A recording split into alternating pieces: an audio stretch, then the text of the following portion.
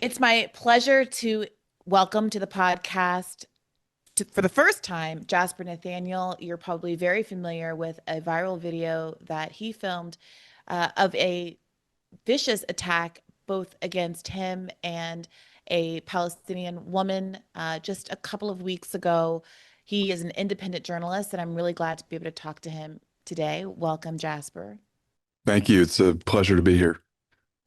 Also, for the first time on Bad Faith podcast, Ubai Aboudi. He is an executive director of Bisan Center for Research and Development. He also lives in the West Bank, has also been subjected to detainment by Israel and has been targeted with Pegasus software. I look forward to hearing more about what you've experienced, Ubai. Welcome to Bad Faith. Welcome, and thank you for hosting me. And returning to Bad Faith, no stranger to the show, Dr. Jill Stein, two-time presidential candidate and activist. Welcome back. Great to be here. Actually, it was three-time presidential candidate before you were born. Yeah. Hardly, but thank you. Thank you for the reminder.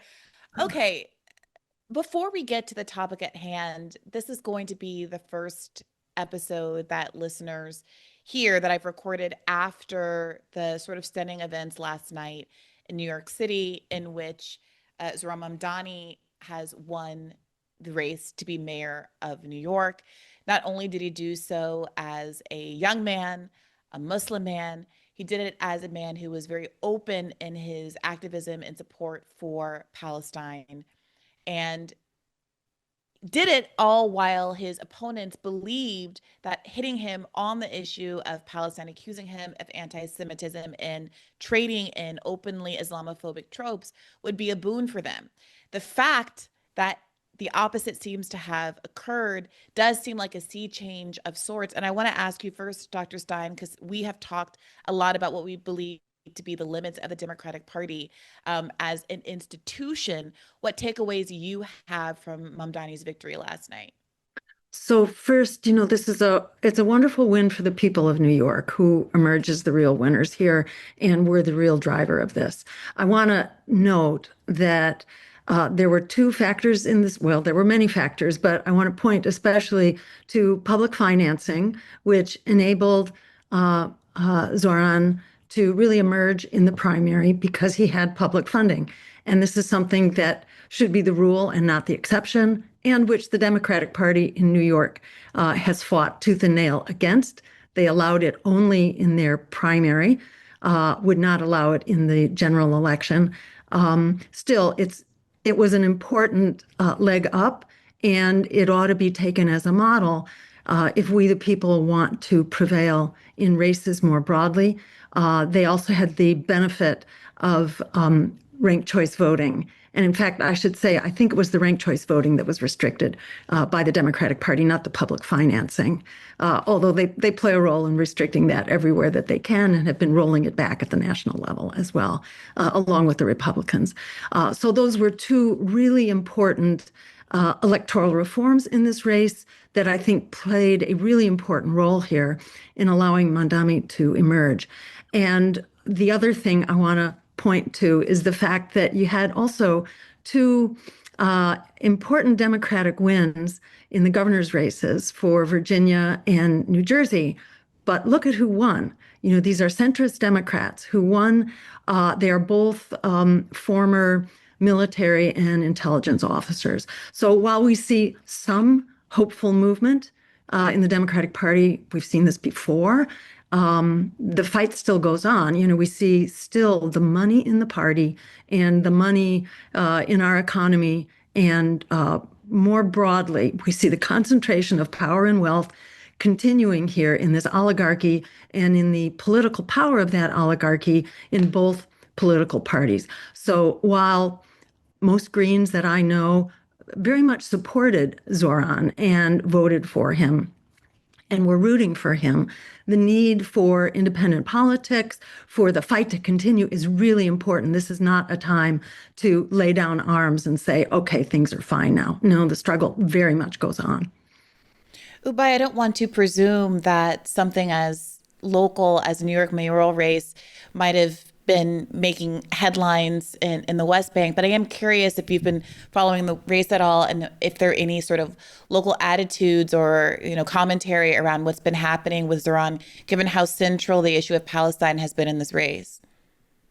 Well, you would be surprised how many Palestinians are happy that Zohran Mamdani actually won. As Palestinians, we've always been the underdog. And for us, someone like Zohran Mamdani, who was vocal and had good politics on Palestine, good understandings of the intersections of repression between what's happening in the United States and what's happening here in Palestine. For us, we felt like one of our own, to be honest. So it was widely followed. People are celebrating it. You can see this all over social media, and people feel hope. So they say if Zohran Mamdani can demonstrate that there's a new generation rising up in the United States, reclaiming their political agency, political power, this also gives us hope. It's interesting. I was listening to the Pod Save America coverage this morning as I was getting dressed, and they managed to talk about Zohran Mamdani, talk about his speech, talk about the race, talk about Cuomo, without ever once mentioning Palestine. And I've noticed this as a trend among more establishment Democrats who I think are compelled to acknowledge Zohran's successes because they are so sort of historical and big. But they are making these efforts to exclude the aspects of his win. And what I would argue really drove his win to limit the idea that other Democrats across the country should adopt that position. And it very much does feel like they feel afraid of the implication of what it means for anti-Zionism and being pro-Palestine, the fact that it's no longer a death knell for your political ambitions in the United States. Jasper, I want to give you a chance to weigh in on what you made of, I don't know if you had a chance to watch Zohran's speech last night, any of the coverage subsequently, and what you made of what the race means for Palestine, generally speaking. Well, let me just echo what Ubai said. I mean, I was in the West Bank for the 3 weeks basically leading right up to the election. I just got back to New York a couple days ago, and everybody was talking about it. I mean, when I introduced myself and came out that I was a New Yorker, it was one of the first questions on everybody's mind. Did I really think that Zohran Mamdani could win? And so I think that, my feeling, I think a lot of people's feelings for the last 2 years and beyond has been that public opinion has shifted so rapidly in the direction of Palestine, but our politics have not caught up. And this, to me, seems like a real sort of landmark event in politics catching up and a sign that it is, an electoral winner. I think Zohran is obviously a gifted communicator, and what he did so well was every time he was sort of grilled about Israel or Palestine, he really, stuck to first principles about human rights and, being against a racist ethno-state. And he never was inflammatory. He was really not even very provocative. I mean, he talked about believing in Jewish people's right to live in peace. He did not believe in right for an ethno-state with classes based on religion. And I think when you put it like that, as he so consistently did, it's just really hard to argue. And I think that's why the, ridiculous accusations of him as being anti-Semitic just fell flat time and time again, because when he actually spoke about it, it was so clear this is not an anti-Semitic person. This is somebody with really good, a good moral compass and strong principles. And that is what is driving his perspective on Palestine, like so many of us. Yeah, I tend to agree. I mean, the question that some have raised, especially after he won the primary, and I've seen some Palestinian Americans online raising concerns about what was perceived as a retrenchment on defending protesters who said globalize the Intifada, a willingness to campaign with certain members of the Zionist community in New York City, a willingness to keep Jessica Tisch, police commissioner, on, who is a Zionist and has been was behind a part of the crackdowns on students in New York City over the course of the last 2 years, and raising concerns about some of the framing post-primary, especially since he only improved his standing in polls over the course of that time. So if there were some arguments that he has to moderate in order to win, that didn't seem to be borne out in the polls. And of course, now that he's won, there's some questions about, well, are we going to see him return to norm, or is this going to be a continued slide towards sort of normalization, aka moderation, aka to the right? And I will speak for myself. I was heartened by his speech last night because he came out swinging. He quoted Cuomo's dad back at him. He said, I hope we never, good luck, God bless Cuomo, but I hope I never have to say his name again. We have toppled a political dynasty.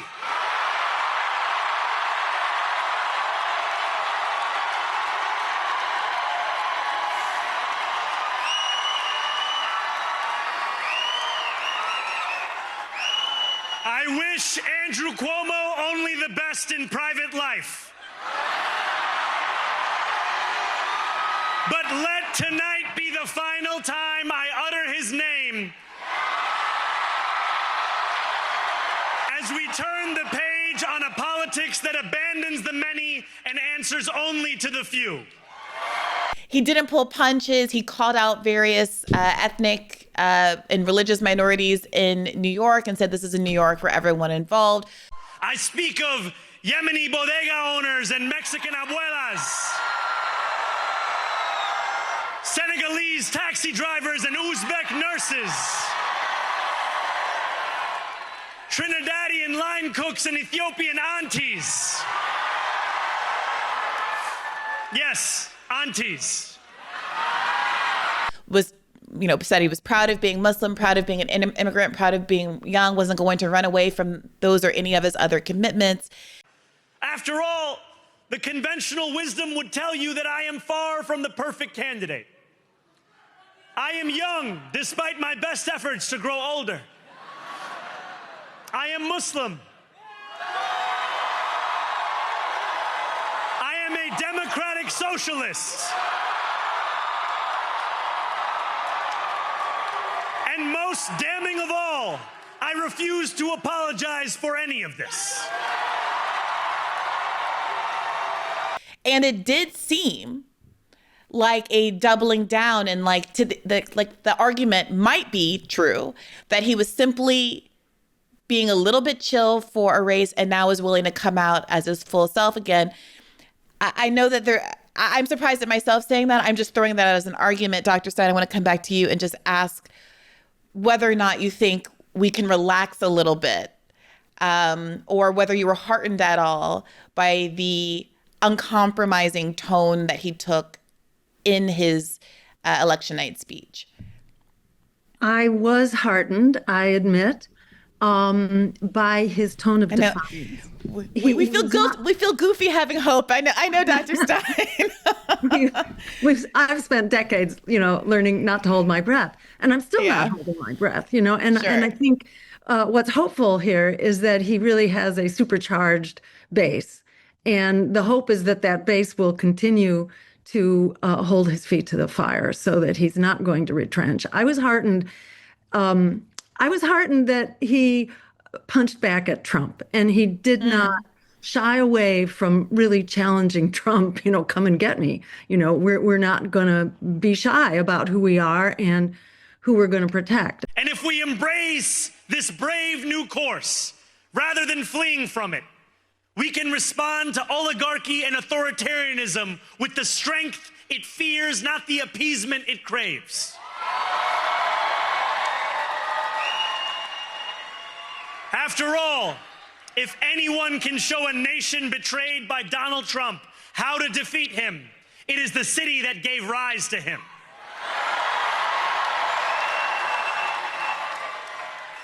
And if there is any way to terrify a despot, it is by dismantling the very conditions that allowed him to accumulate power. This is not only how we stop Trump, it's how we stop the next one. But I didn't, and I only listened to it while I was multitasking, so I might have missed it, but I didn't hear him reference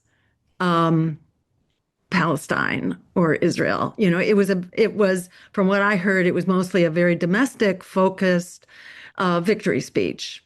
And that's kind of understandable. That's usually par for the course. But it does mean that we don't want to say, oh, it's all okay now, we can relax. I think, there are so many forces. You heard Jonathan Greenblatt, you could see him all over social media raising Cain about what this means and how Jews are, need to be careful. And he's speaking for Jews of New York, which is an outrageous concept. But they are, AIPAC is on the warpath. As always, the Democratic Party is on the take, as always. Witness their other, major victories here, which are victories for centrist Democrats. One of them, Abigail Spanberger, who herself, had founded this short-lived opposition group to the Squad, telling the Squad they had to rein it in, so that's who's still in control here in the party. And, what happens in Gaza is not, or, on the West Bank, doesn't have a lot to do with New York, but still, if you have a really outspoken mayor and an outspoken constituency, it does help to keep the heat on, especially given that the United Nations is undertaking some very important deliberations now that I hope we will get to, addressing, the fight for the survival of Palestine, which is really in the target hairs as much as ever, if not more. And, the Trump administration is trying to pull some fast moves in the Security Council under this illusion before it completely goes up in flames that the Trump plan has anything to do with peace or anything to do with a plan. It's, it's an ultimatum for what Israel couldn't achieve with all the military might that the U.S. and Israel can muster. They couldn't achieve, so they're trying to ram it through with this plan. And it's a very dangerous time. And the climate in New York, where the UN is having these deliberations, is very important context right now, even though it's not inherently a domestic issue, but a lot of New Yorkers, especially Muslim New Yorkers, and progressive New York. Well, I wouldn't say progressive because that could cut either way, but certainly the anti-genocide movement is strong in New York City, and that has to be kept active. Please. Yeah, I want to actually, if it's okay, just like address what you said and also pose a question to Ubai. I don't mean to open a can of worms here, but like, Ubai, tell me if you agree with this characterization. My friends in the West Bank, a lot of them, by nature of becoming friendly with me, are involved in activism or sort of politically minded. They, they are certainly hard fast in their principles and ideological, but they are much less concerned with these questions of, is this politician going to take a step back in his rhetoric, or these what feel like these little rhetorical compromises or whatnot? They're much less concerned with that than they are about are we moving the needle in the right direction? And to be clear, there are things that of course they're not going to compromise on, but in my experience with people in the West Bank who are living it and feeling the impact of all these things, they are less they're doing less purity tests, I'll say, than some Western activists that I know. And I'm not actually taking a position either way. And I think that there's certainly an argument that they're having a distance from it gives you a different kind of perspective. But that's just what I sort of experienced there. Ubai, I'm curious how you feel about that. You certainly are an authority on this far more than I am. Look, people here we are in survival mode. The genocide in Gaza has not stopped. The day before yesterday, the director of the largest coalition of Palestinian civil society organizations working on humanitarian aid, said that's what's entering now the Gaza Strip is less than 20% of the daily needs of the people.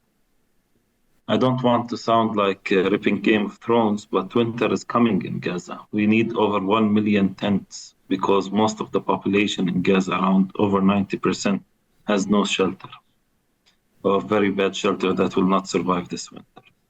In the West Bank, you saw it and you filmed it. We are living a daily ethnic cleansing. We are daily, some call it as a slow genocide, where Palestinians have no rights, basically. We have no right to life, we have no right to property, we have no right to anything.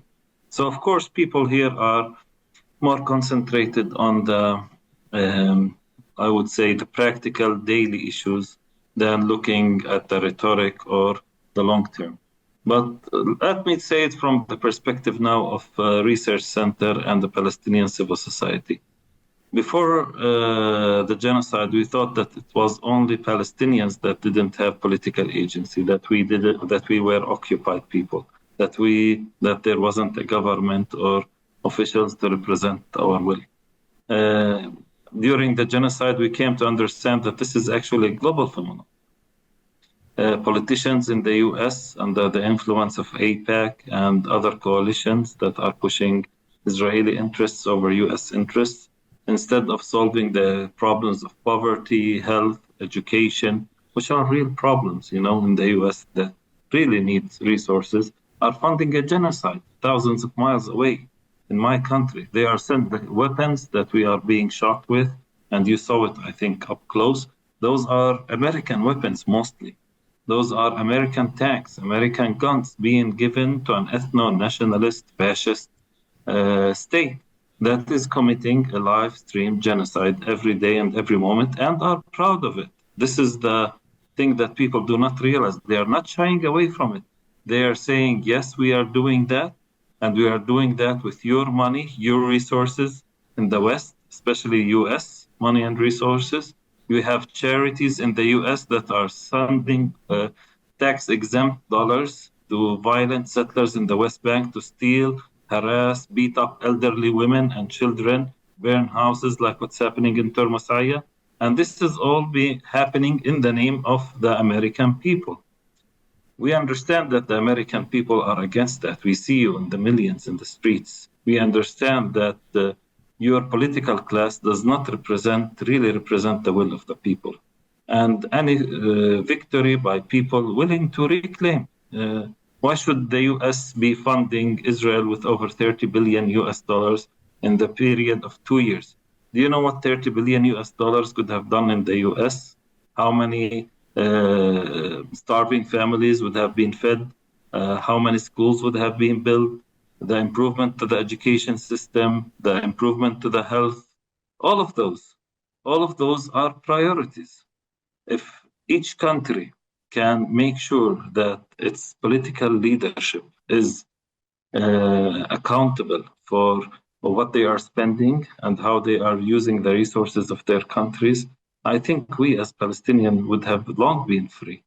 This is why there has always been from our side a call, do not be complicit in genocide. But in the ethnic cleansing or in the crimes of the occupation.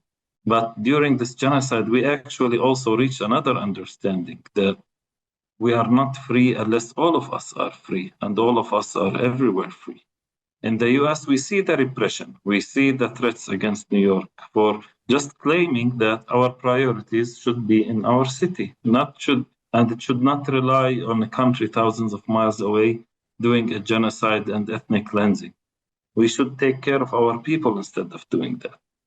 On the other hand, we also understand that political discourse gains much more prominence in countries that have the luxury to discuss these politics.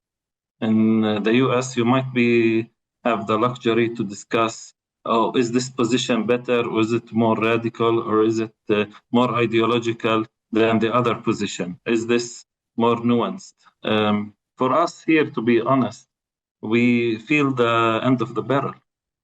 We feel it whether we are arrested, shot, discriminated against, and this is the daily lives of Palestinians under occupation, including Palestinian Americans, like in the village they were in Mughayyir, Turmus Aya, which constitute a large majority of the population there, that the U.S. treats, even the U.S. government treats as second-class citizens. If it was a Jewish settler that had his home burned, shot at, tortured, the U.S. government would have, you had seen the White House tweet about it, talk about it, put pressure about it. But because it's a Palestinian, no, we do not even enjoy the same level of rights and privileges. Yeah, Jasper, I want to come to you, I think, at this point and ask you to talk through in more detail what happened to you, what you filmed and what went viral, and also what your experiences were after I read your Substack post going into some detail. And I'm particularly interested in the response from the U.S. Embassy in Israel. But before we go there, though, I would want to say that we have elected progressives in the United States before who advertised themselves as pro-Palestine and who subsequently voted to send the bombs that Ubai was talking about to Israel, framing it as a defensive weapon shipment, as those bombs are being used to defend Israel and give it impunity to commit a genocide. So I don't think it's a litmus test. Obviously, Zohran Mamdani is not a federal, he's not in Congress, but I don't think it's a litmus or a purity test to ask whether or not a politician who runs with certain commitments is actually going to act on those kinds of commitments when they're in office. And I do think it's our responsibility as journalists to hold them to account. It's not about trying to hurt anybody or tarnish anybody's reputation, but our, I believe, literal job is to do that. And I would also say, to Ubai's point about the connectivity of it all, that I lived in New York with two Black brothers during the entirety of the Bloomberg Stop and Frisk administration. And I don't think it's an incidental point to ask whether or not someone like Jessica Tisch, a multimillionaire family whose name is on the side of NYU dorms and who is deeply invested in protecting property, not people, in New York City, and who, again, was the police commissioner while the NYPD was conducting authoritarian crackdowns on pro-Palestine students at New York schools, whether or not she is going to be brought to heel, and why it might be that Zohran Mamdani chooses to keep her in his administration, at least at this point. I think those are fair questions to ask, and not something that we should let up on simply because we support so much of Zohran Mamdani's administration and respect his courage. But I do want to get into the meat and potatoes of what you observed, and particularly the lack of support that you got after this harrowing incident from our own American officials in Israel who are ostensibly there to protect your interests. Yeah, and just real quick, just to address what you said, I couldn't agree more. I mean, as journalists and as citizens, like, it's certainly our job to hold their feet to the fire. I think that, to me, it's just, I've seen some people, nobody here, but who have like cast him out as soon as he said like, okay, maybe I had a change of belief about the phrase globalizing intifada. Like, I rolled my eyes at it too, but the idea of like casting him out because of that is more of what I'm talking about. He should be challenged on these things. And also, I think in the case of Zohran, like those of us who have been involved in activism around this, we've known him for years. I mean, he's been speaking at, rallies for Palestine for a very long time. And so on some level, I think that I trust him, that he's not the Jessica Tisch thing. Right. Honestly, the Jessica Tisch thing. Obama was sitting down with Edward Said breaking bread in photographs in the 90s. I mean, I hate to have to be that way, but unfortunately, we should listen. I've been burned. No, that's why you have the platform you have, because you hold these people to account, and like, it's good. We need that, of course. I just think that, like, for me, it's case by case, and I still believe that he's not going to go all the way back on these things, but hopefully I'm not proven wrong, and we will be there to hold his feet to the fire. Okay. I mean, what happened in the West Bank, I mean, first I should say, like, that one video went viral, but that was one of 8, 10, 15 incidents in the olive fields, in Bedouin shepherding communities, in refugee camps in the north, all over the West Bank, in Masriyata, where I witnessed acute violence, several instances where I was in acute danger. And so, there was actually nothing so remarkable about what I filmed, except that I happened to film it. These things are happening every single day all across the West Bank. But basically, I mean, the Termasai is interesting because, as Ubai said, it's one of a handful of these largely American villages in the West Bank. So I forget the exact numbers. It's something 70, 80, 90% of the population are American citizens. In a lot of cases, it's did I get that right, Ubai? Roughly 70 to 90%? Yeah, and Okay. Dormasaya, it's almost 90%, even more. Yeah. And the people that I've met, a lot of them will own like small businesses in the United States, and they have a home there, and then they come back with their kids, so their kids go to school in the West Bank and have roots in Palestine. So they really are living in both countries. They're not like just American by name. They are American, as in like they live in America for parts of the year. And so what's interesting about Termasaya, in addition to that, is that it's a wealthy community. I mean, the people there are living in mansions, and they have been somewhat or relatively insulated from the violence of the occupation for decades in a way that lots of other parts of the West Bank are not. Just in the last couple of years, in Termasaya at least, has the settler violence really started to creep in, and the violence of the occupation in a sort of categorically different way. There was actually a pogrom in June 2023 where settlers raided Termasaya, burned down several houses, shot a young father dead, injured 14 people. This was before October 7th. The violence in the West Bank started to really intensify when the new Netanyahu government came in, and Smotrich effectively installed himself as the governor of the West Bank and started just clearing all the guardrails on the settlers to allow them to fulfill their messianic dreams. So things have been getting worse for years there. In Termasaya, basically the situation just geographically is the Shiloh settlement, which is one of the bigger, older settlements in the West Bank. Huckabee visited there not so long ago. The Shiloh settlement is sort of like across the olive fields. And then there's a couple other smaller settlements. And then there's the olive fields. And then there's the village of Termasaya. So the olive fields they belong to the people of Termasaya, and they are also the buffer zone between the settlement and the actual village where, these beautiful homes are and where the families are living. In the last couple of years, the settlers have basically been peeling off from those settlements and creeping into the olive fields. In some cases, actually like occupying farmhouses that were built by Palestinians. At one point, I was with a farmer, and he was pointing to a house that he had built in the olive fields, and we could see settlers doing housework outside of it. I mean, it was just the most absurd thing. And so the olive harvest, it is certainly for income, of course, like they make money off of this. There's a pride element. I think a lot of people know that the olive tree, the olive harvest plays a pretty big role in the sort of identity of a lot of Palestinians in the West Bank. But most importantly, in Termasaya, if they don't protect the olive fields, then the settlers will be at their doorstep next. So it is actually like an existential issue despite the fact that the settlers are out there and they have guns and they are brutally violent and they are never held accountable, they know that if they don't go out to their olive trees and try to harvest it, there's no resistance for the settlers, who will just keep creeping closer and closer. And they certainly have their eyes on these mansions in this beautiful town, and would like to get there.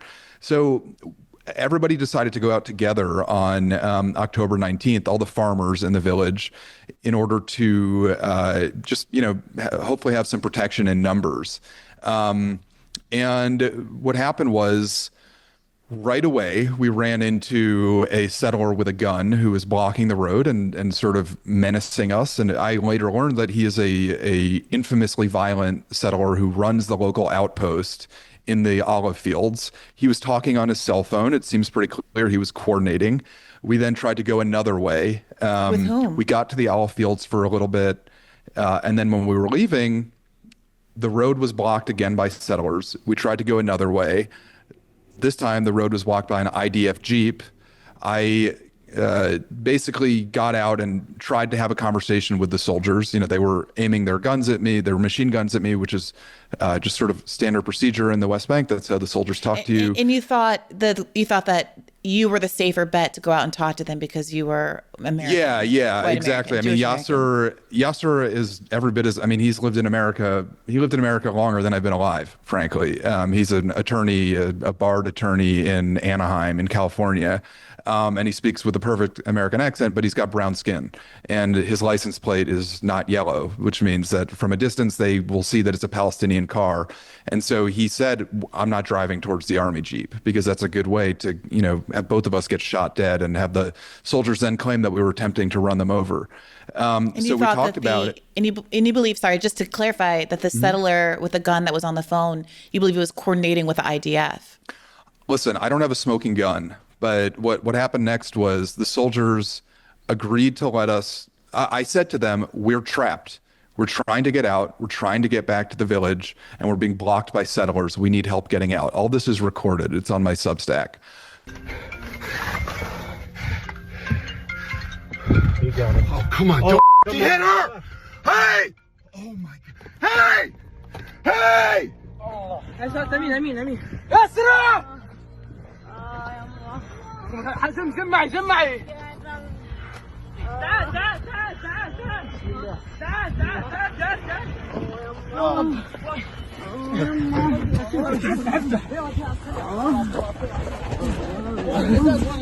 شوي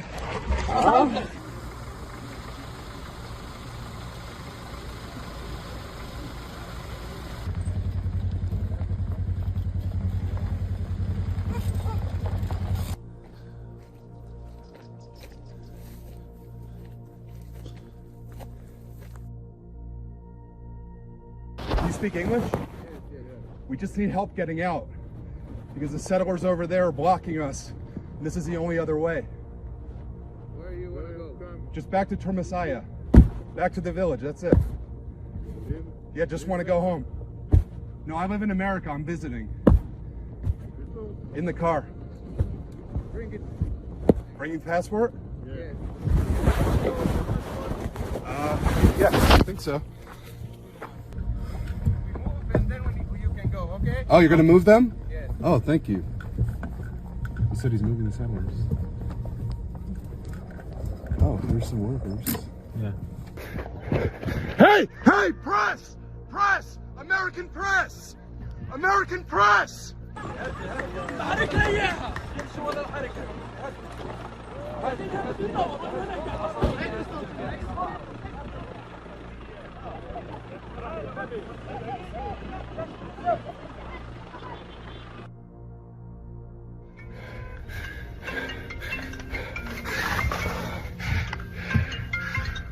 You got it. Oh, come on. Oh, Don't hit her!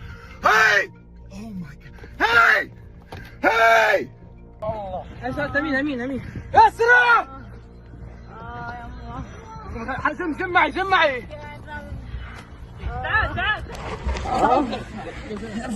يلا ساعد يا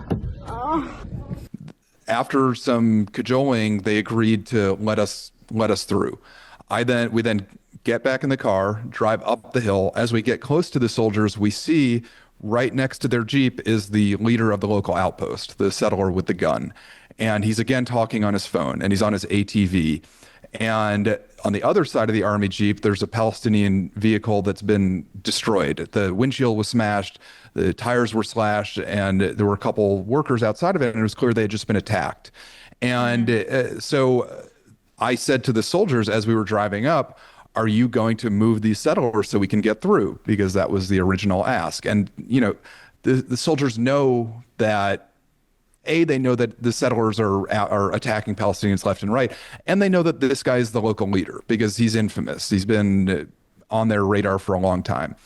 The soldiers then say, yes, we'll let you through, or we will move them and then let you through. And then they get back in the Jeep and they speed away and leave us alone with the famously violent settler. So Do I think that they had planned that? I don't know. I have no idea. But they knew that he was right next to them. They knew that he was dangerous. They knew that I had asked them to move him, and they said they would, and then they left. And then actually that settler gets on his ATV and drives off. And so for about 2 minutes, we thought we were in the clear. And as we started driving out of the olive fields, I realized that the damaged Palestinian car was having trouble moving, which in hindsight, obviously.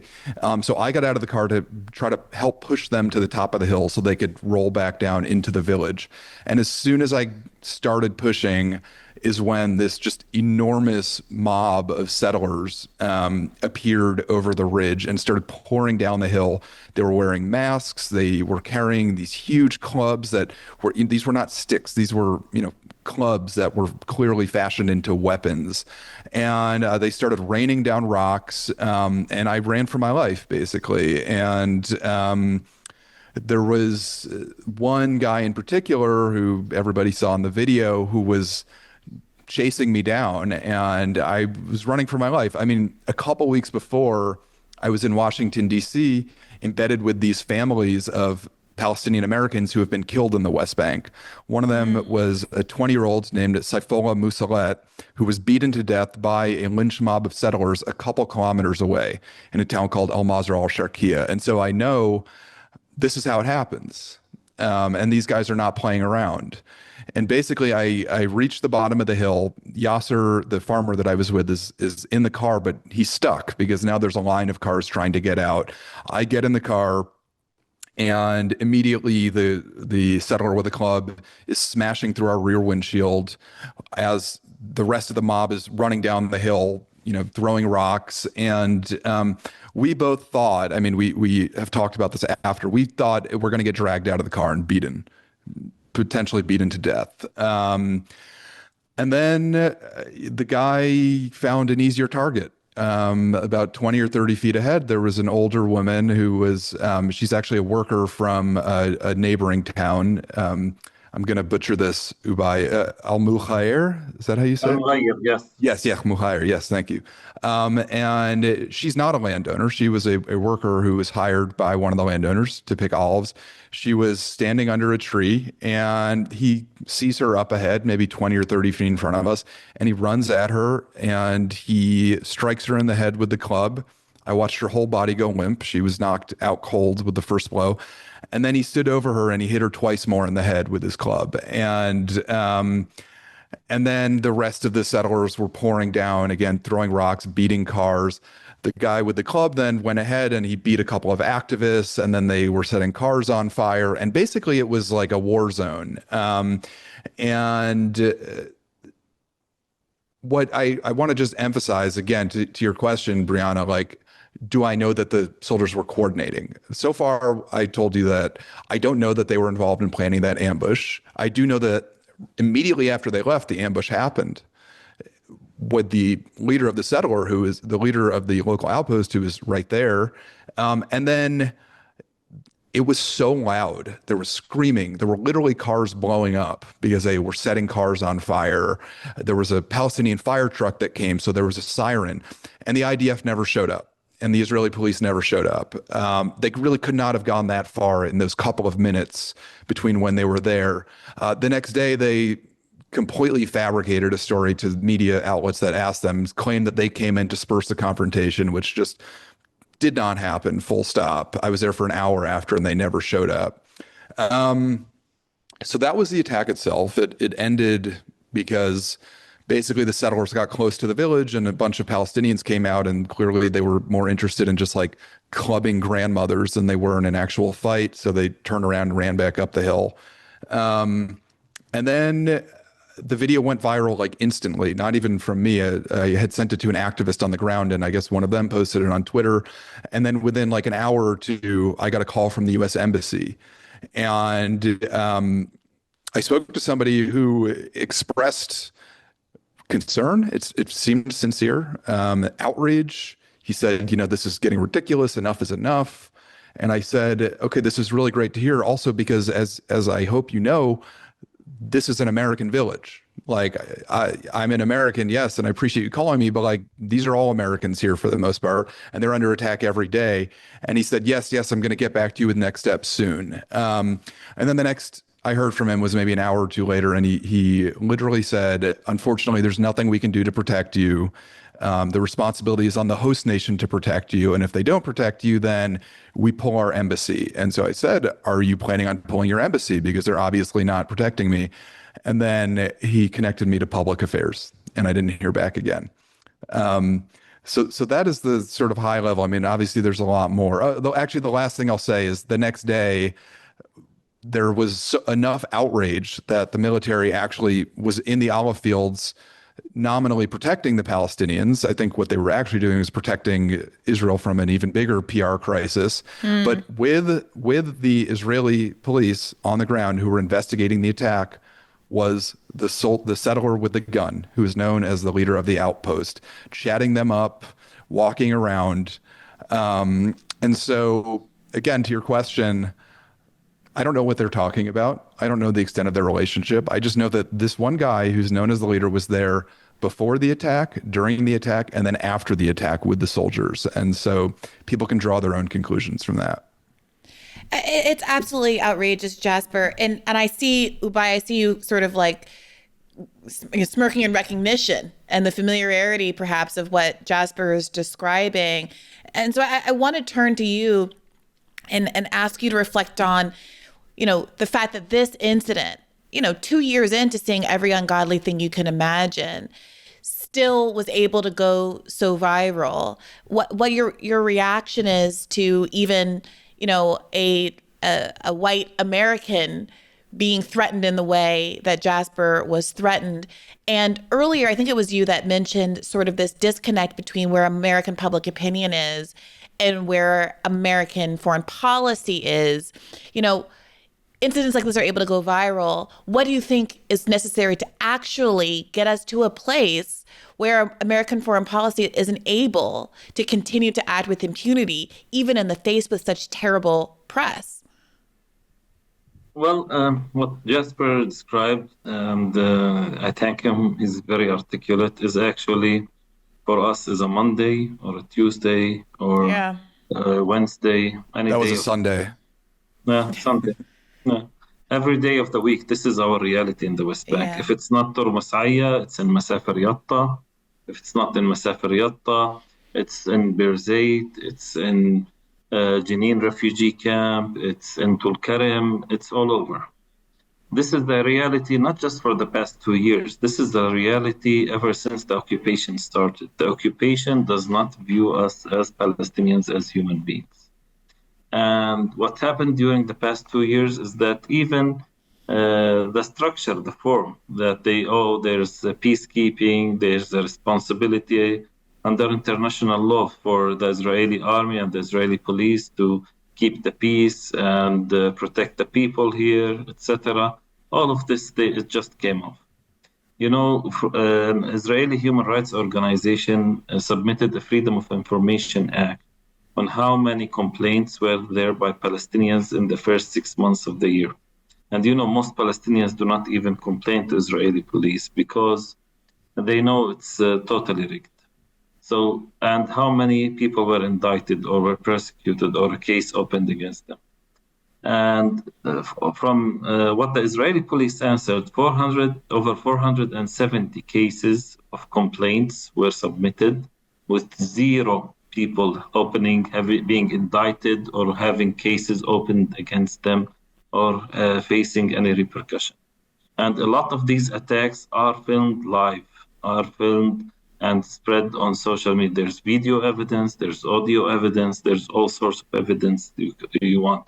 This is the structure of occupation. This is the structure of dehumanization. The Israeli police and the Israeli army are busy arresting Palestinians. If a Palestinian fights back against an angry mob of settlers, he will most probably be arrested, if not shot and killed on the spot, on the claim that he's attacking settlers. The whole world stood and talked about Israeli hostages, Palestinian hostages. This is a daily reality. Palestinians are being prosecuted in front of military courts.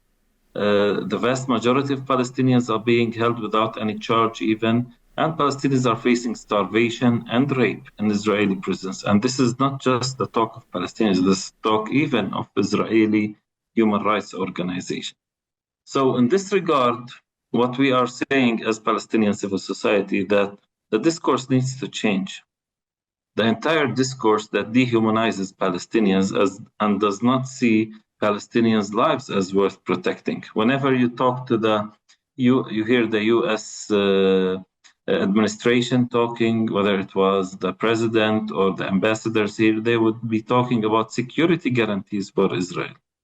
Israel does not need security guarantees. Israel is a nuclear nation armed to the teeth with American weapons, and that has a fascist, genocidal ideology that it's willing to practice every day on Palestine, not just Palestinians, but also people of the region. Who need the ones that need actually protection, the ones that need security guarantees are Palestinians. As Palestinians, whether we are American, dual citizens Americans, dual citizen Europeans, any other nation, this does not matter. When you are a Palestinian, you understand under the Israeli rule, you have no rights.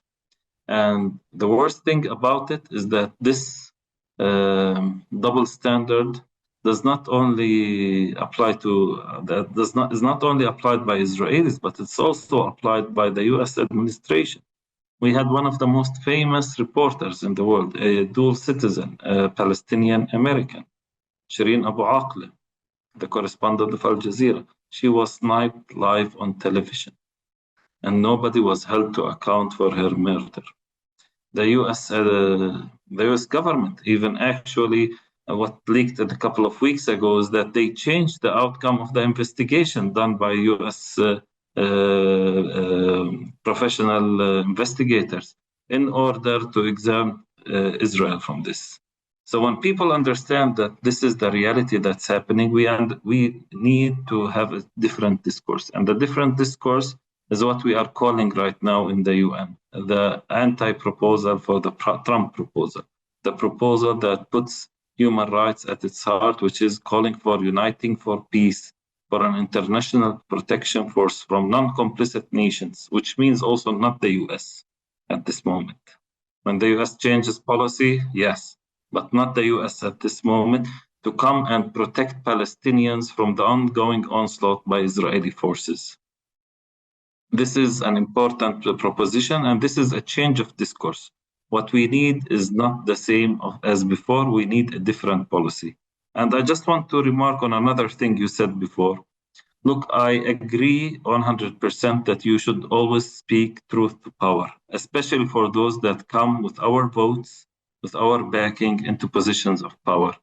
We might not grab and look at every statement that they do. We might give a little bit leeway, but we will look at every action. This is concrete action. If you are deciding to keep officials that are complicit in human rights violations as part of your administration, no, this is a concrete policy. You should change it. You know better. Because the ones that are responsible for our dehumanization cannot be the ones that will liberate us from the systems that we suffer under. Yeah, I'm so glad you said all of what you said, Ubai.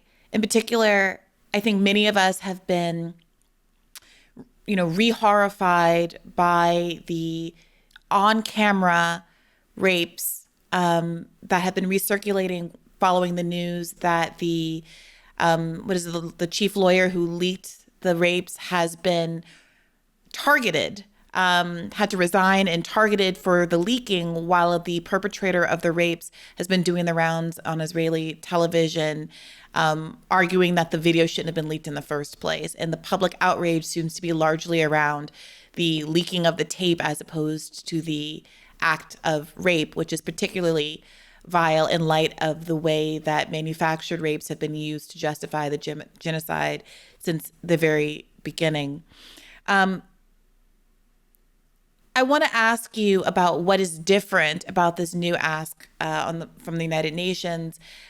Various UN experts, Craig Mokhiber, other international law experts have been on the show over the last 2 years. And it does feel like we've sort of gotten to the point where there is a a sort of a pessimism about the UN because of American veto powers, its ability to do what it's supposed to do under international law, which is to work to stop a genocide, not just make these proclamations that a genocide is happening, which of course are useful in progress, but increasingly empty as we see dozens of Palestinians getting killed, even in the context of a so-called ceasefire.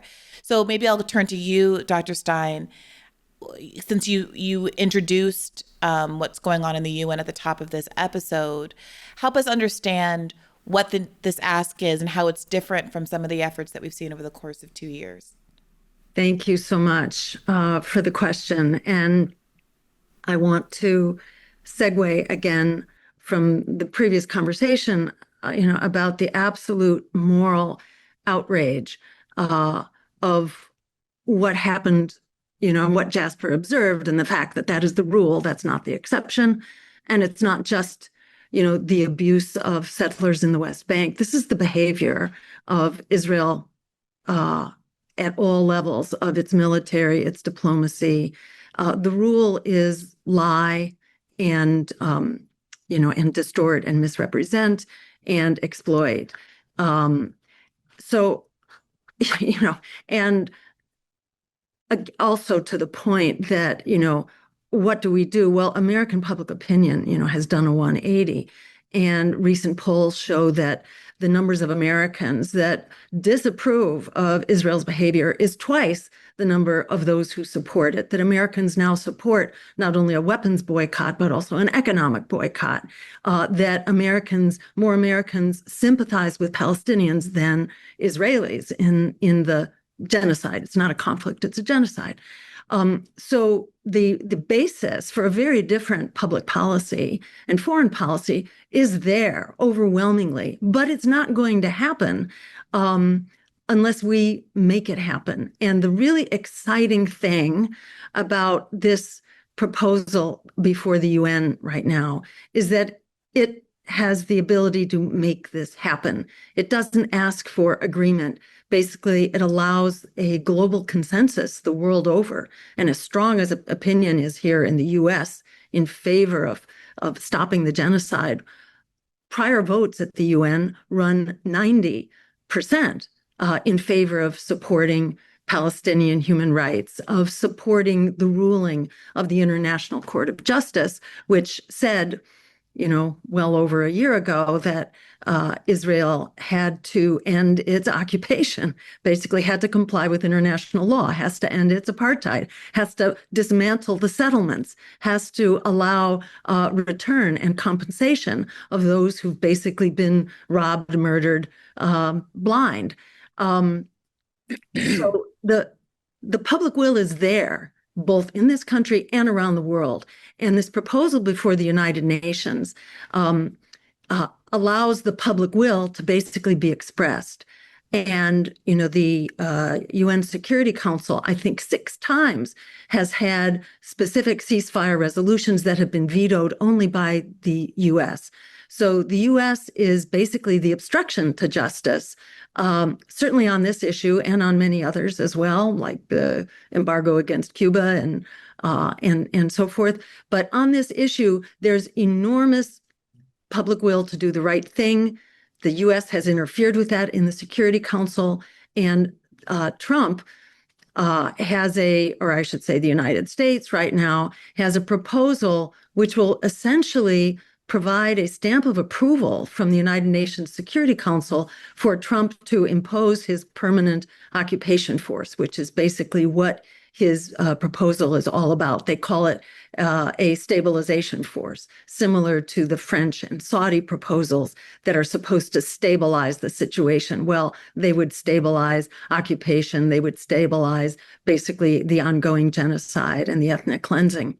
But this is the alternative to that. It's known by the name Uniting for Peace. It is a process that was actually created in the United Nations back in the 1950s. It has been used several times, one in particular to basically impose sanctions and embargo on apartheid South Africa. But notably, it was also used in the 1950s to send a protection force a multinational protection force for the purpose of, at that time, it was to get the Israelis, the French, and the UK out of Egypt, out of the Suez during the Suez Canal crisis, where they were an occupying force. And because the world had consensus and shined bright light on that consensus to respect Egypt's autonomy, those multinational forces arrived and the occupiers had to withdraw.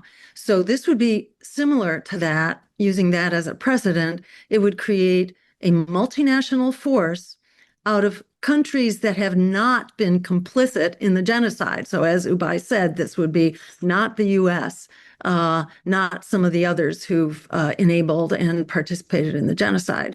The other, big five in the Security Council, for example. So this would be nations who do not have a genocidal track record providing the actual protection forces to ensure that routes of delivery be opened. There are hundreds of thousands of Palestinians now. Winter is coming and there is no shelter, in addition to no food. And there are hordes of trucks, not only to deliver food, but also to deliver shelter. They are all being blocked. Israel is not going to comply unless it is compelled to comply. Well, Uniting for Peace would enable these routes to be opened up. It would be there, the protection force would be there to protect Palestinian lives, to ensure the delivery of food, aid, medical care, and so on, and would allow other mechanisms also to be brought to bear, anti-apartheid mechanisms, cataloging the human rights abuses and the war crimes and so on. So it also enables the creation of economic and military sanctions to stop the flow of weapons entirely. So it is a multi-dimensional solution that Israel and the US cannot block. This process, Uniting for Peace, is independent of the Security Council and the vetoes of the U.S. and the other Israeli allies. That's so curious to me. Help me understand, how is this mechanism outside of the veto power of the Security Council? The Security Council has nothing to do with it. Uniting for Peace is a process that was enabled by a resolution of the UN passed in the 1950s. And it says that when there is a 2/3 vote in the General Assembly, that process has the force of law. It has as much force of law as a Security Council ruling. So it's kind of like overrule, exactly defeating a filibuster. Exactly. It's like the legislature overriding, or the Congress, overriding a presidential veto. This completely bypasses it, so that the Security Council has nothing to say about the matter. There's a 2/3 vote required. So, there's a necessity for broad public support. But in the enabling vote that preceded this, which was a little over a year ago, when the UN voted in the General Assembly again, voted to support the rulings of the International Court of Justice, that acts of genocide, occupation, apartheid, ethnic cleansing, they all had to come to a screeching halt, and Israel would be given 1 year. Well, that 1 year is up for Israel to comply, but that vote had a 90% support. So can the UN General Assembly achieve 2/3 support? It's entirely possible. If daylight is shined on this and nations are held accountable by their people who very much support an end to this genocide, who support justice for Palestine, then it absolutely can pass, which is why many of us are working to bring this to the light of day, because if daylight can shine on it, it has a real fighting chance, a real possibility for actually ending the genocide. And that could happen quickly. Within a matter of a week or two, forces could be there to ensure that Palestinian lives are protected and aid is delivered. It's very clear Israel is not going to do this left to its own devices or under the vigilance of the United States. Yeah, but some other guests like Sam Husseini have been really focused on making sure people continue to report on whatever leverage still exists within these formal structures. And I really appreciate this as an example of that, because it does feel, I will confess to feeling a sort of defeatism around what the UN can do just because of the pattern that we've seen over the last 2 years. But you're telling me that there's a world in which there could be basically boots on the ground to enforce the law and enforce the findings that the UN and other international organizations have come to over the last couple of years. And those boots would be provided by all of the countries that have, consistently and persistently sided with Palestine, but who have been thwarted because of Western veto power, American veto. And then Trump's so-called peace proposal threw a monkey wrench into this. You may remember that President Gustavo Petro of Colombia was here for the convening of this last UN session. And this was at the time that 1 year warning to Israel was up. And he basically, was outspoken that he would personally, that Colombia would sponsor this Uniting for Peace resolution to send the protective force. Well, what happened the minute after he said that? He was denied a visa and he was forced to leave. And then shortly after that, the U.S. included Colombia in its targeting along with Venezuela and is threatening war against him. So this kind of, introduced a little hiccup into the whole process. There was a lot of momentum that was gathering. But, U.S. mainstream press did not cover the vote that was taken by the UN over a year ago, where the UN General Assembly voted 90% that Israel needed to comply with the rulings of the International Court of Justice, that the settlements had to be taken down, the occupation needed to be ended. That was not covered. So this kind of common view that the UN is entirely under the stranglehold of the United States and its allies. That's partly true, but it's not entirely true.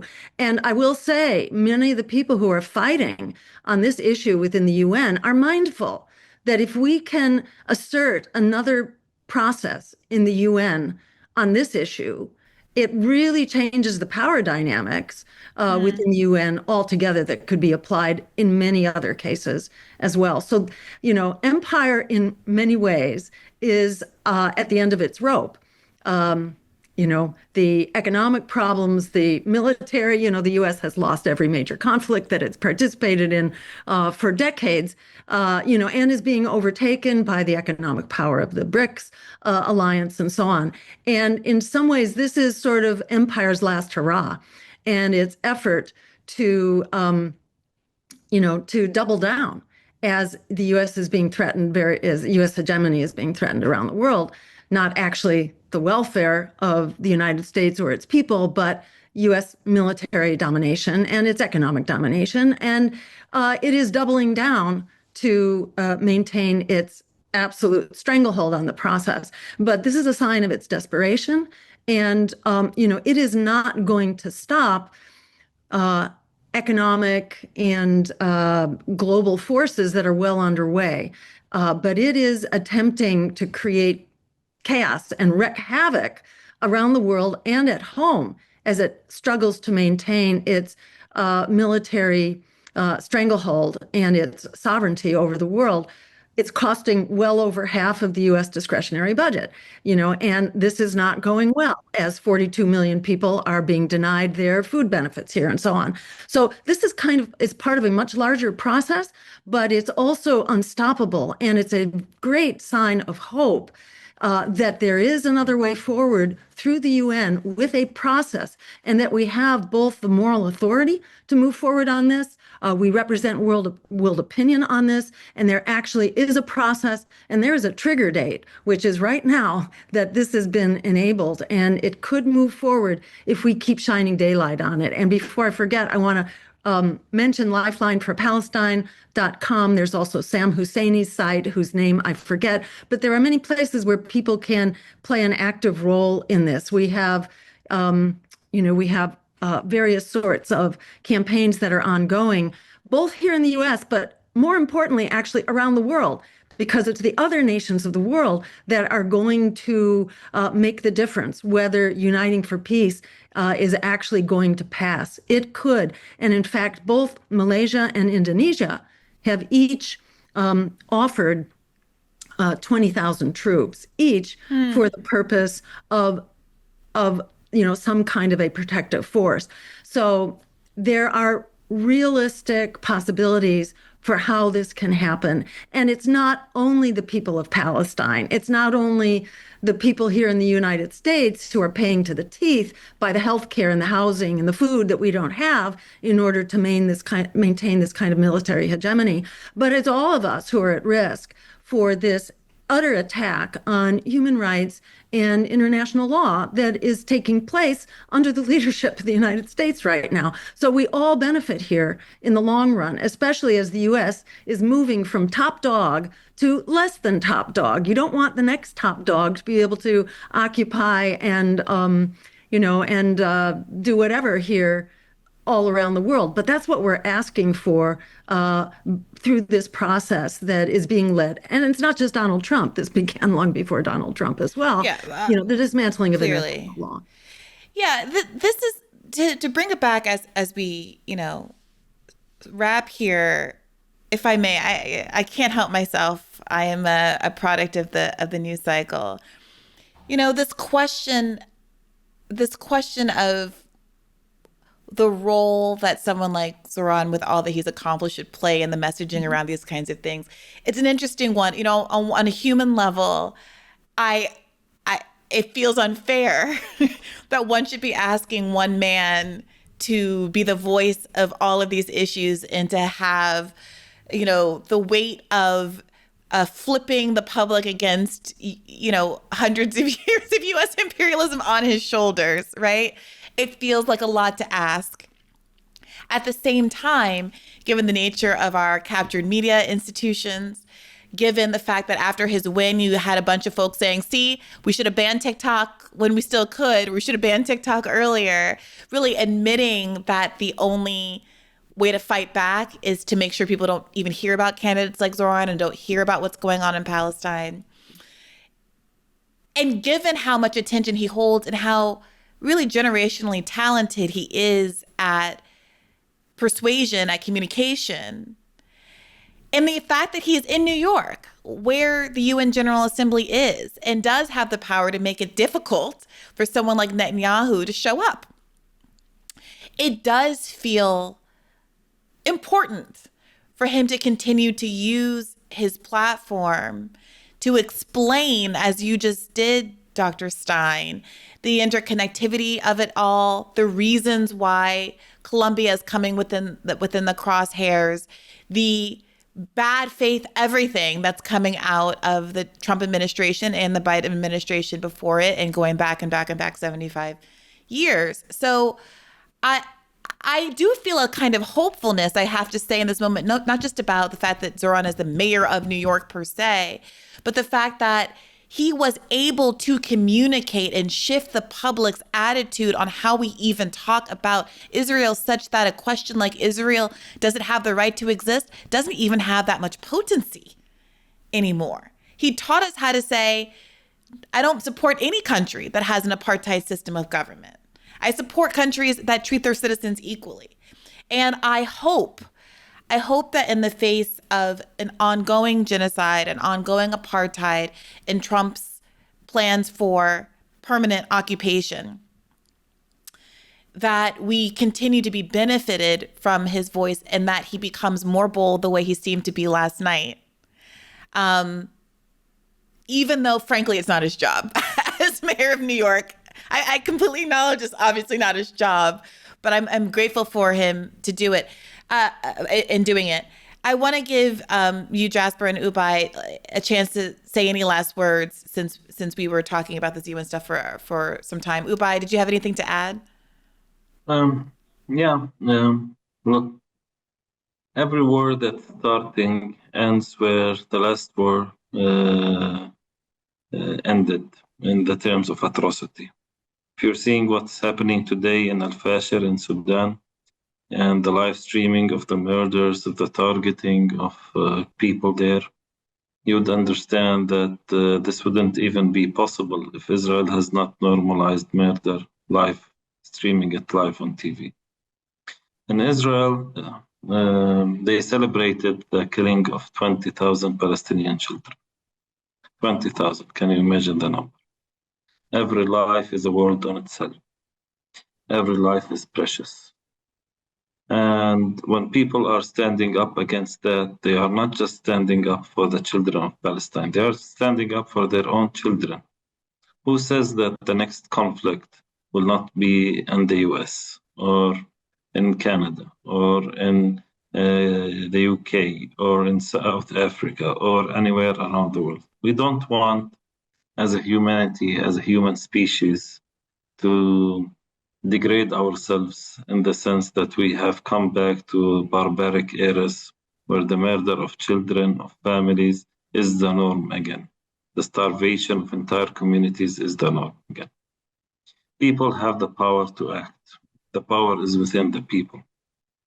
I believe really that if the people of the US hold their governments to account, if they take actions, they raise the necessity of protection of Palestinians through uniting for peace, but also through other mechanisms, protecting Palestinians, as Palestinian lives are as sacred as American lives, as Jewish lives, as any other life around the world. And take upon themselves to do boycott, divestment, and sanctions. They boycott Israeli products and products of companies that are complicit in the occupation. They divest from companies, whether US, European, or Israeli, that are complicit in the occupation and ethnic cleansing, and they push their elected officials for sanctions. I don't know, for example, what portfolio of investments New York has, but if they are invested in any arms companies, in any companies that are complicit, this is something Zohran Mamdani can do. He And I can think he break said that he is cycle. planning to do some of that already. Yeah. Because I saw Bill Ackman and them getting very upset about it. So I did see Yeah. that's on the books. And in the other sense, we as people, whenever we see someone rising up against the system, and it's a tyrannical system, not only here in Palestine, it's also in the US. It stifles our voices, stifles our agency. So we, of course, we hang our hopes on this kind of person. We would love to see Zohran Mamdani, maybe the president of the US, maybe the Secretary General of the UN, or people like him. The idea is that this gives us hope. And I would always say that people without hope, we would be shells for ourselves. Palestinians, we have hope. We always hope of a better future. We will never give up on our rights for freedom and justice.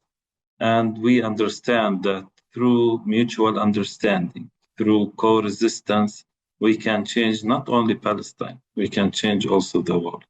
Palestine is a microcosm of every injustice in the world. If it can be defeated here, you can be 100% sure that it can be defeated in DC, in New York, in London, anywhere else around the world. And of course, as Palestinians, we thank always people that are willing to stand up and willing to give platform for Palestinian voices and voices active for Palestine. So thank you also, Brianna.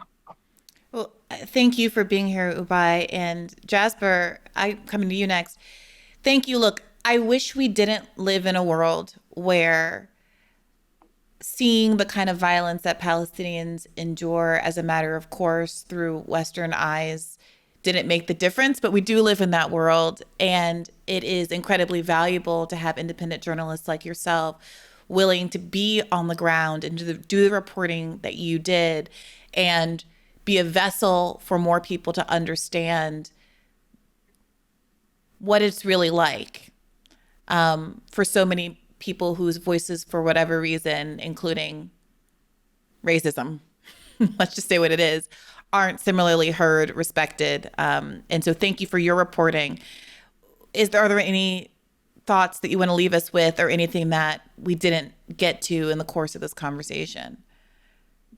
I think I'll just end by saying two related points. First one is, I think that it's time that, I mean, I'm biased here because this is my beat, but I think it's bizarre that the West Bank has never been considered like an issue of its own inherent importance. It's sort of treated as a side project of Israel, and certainly since the genocide started, it's taken even a further backseat.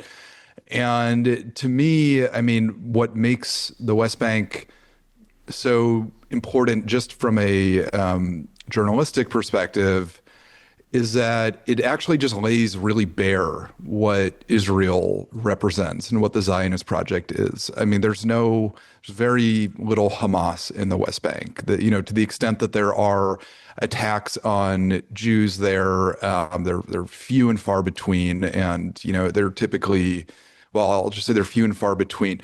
The communities that are under siege are completely defenseless. They do not have armed resistance. The armed resistance, such as it existed in the refugee camps and some other places, has been largely wiped out. And the siege is just growing more and more brutal. And, I think that the reason that image of the man clubbing the older woman caught on is because it captured that.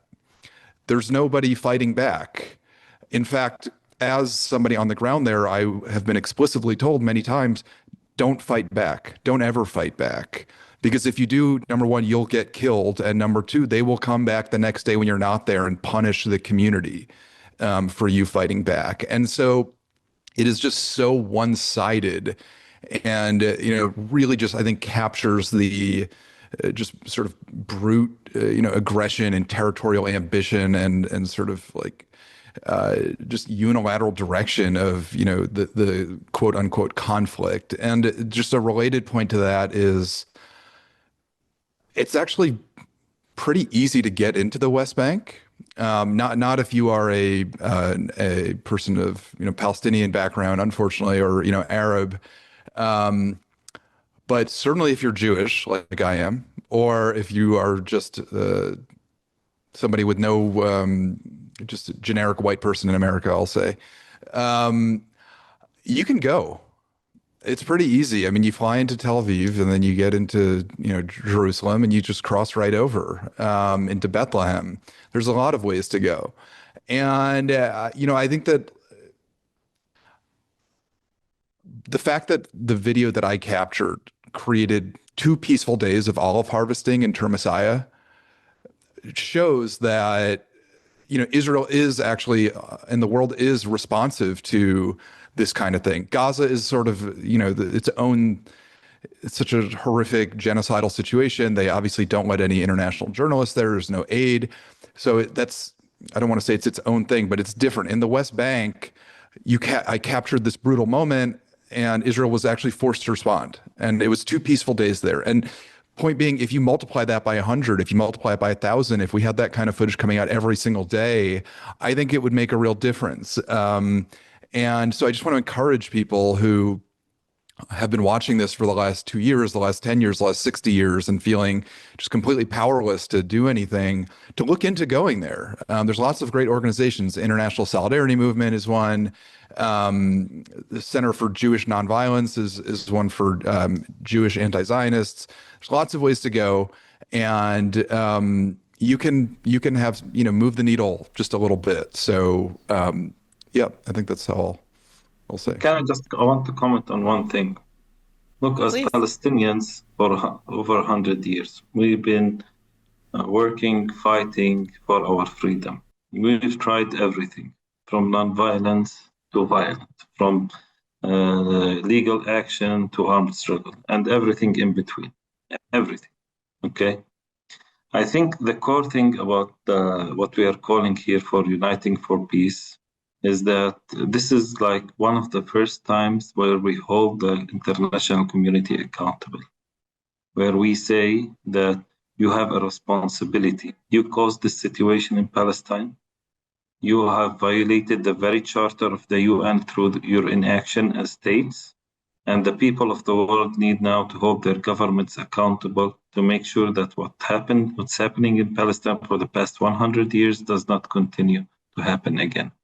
And I think this is the core message that we have as Palestinians for the world. We will not disappear in the night. Israel has tried to genocide us, ethnically cleanse us, and we are stubborn. We are still here. We will not go away. We are asking for truth. We are asking for justice. We are asking for freedom. And we will never back away from those three asks, whatever might come.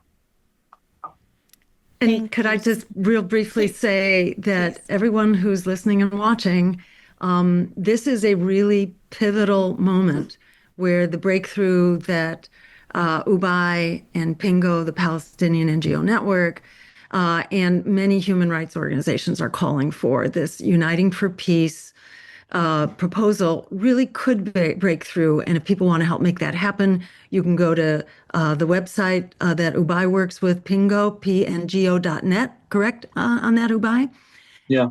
You can go to the English language page, and there are letters you can sign on, and you can be brought up to date. And likewise at lifelineforpalestine.com, also at Sam Husseini's website, which I don't know offhand, but you can Google it and find out. So I'll drop it in. This is that breakthrough moment, and we can, in the same way that maybe New York's election, let's hope, was a breakthrough of sorts, but it's in a different, domestic realm in one city. But here's a very important breakthrough that could happen at the international level, which would be absolutely unprecedented and is really urgently needed. Yeah, inshallah. Thank you for all of you for being so generous with your time. Jasper, I want to give you an opportunity to tell people where they can find you and your Substack and any other information on the internet as well. My Substack is called Infinite Jazz, just Jaz, 1Z. It's also my Instagram and Twitter handle, just Infinite Jazz, or you could just Google Jasper Nathaniel. And it's tough out there for independent journalists, as you know, Brianna. But there's no mainstream news organization in the country that would have supported the trip that I took and the kind of reporting that I did, frankly. And so, I really appreciate everybody who supports my work independently. Yeah, everyone, please do go over there and check out Infinite Jazz. Thanks to all three of you again for a really powerful panel. This has been very grounding. We've been doing a lot of discourse on the pod because of electoral events and whatnot recently, but I really appreciate the humanity of this conversation and the time all of you have spent here. Thanks to everyone who tuned in for listening. Take care of yourselves, and as always, keep the faith. Hey YouTube, thanks for watching. Just a reminder that this is a podcast. You can catch an extra premium episode every Monday for $5 a month at patreon.com/badfaithpodcast. That's patreon.com/badfaithpodcast for $5 a month, an extra episode every week. Additionally, please do consider liking this video, subscribing to this channel. It helps us out. It helps independent media beat the algorithm. We appreciate you. And as always, keep the faith.